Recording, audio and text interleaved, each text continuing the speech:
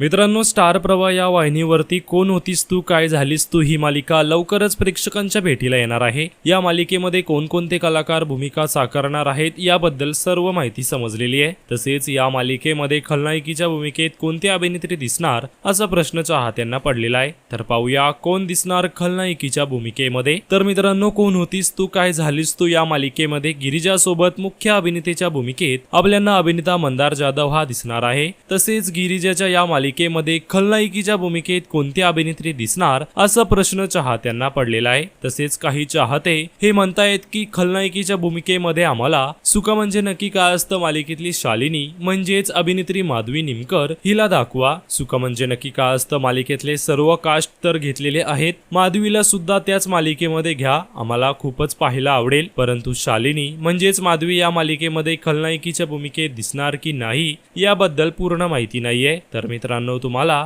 कोण होतीस तू काय झालीस तू या मालिकेमध्ये खलनायकीच्या भूमिकेमध्ये कोणत्या अभिनेत्रीला पाहायला आवडेल हे आम्हाला कमेंट्स मध्ये नक्कीच सांगा।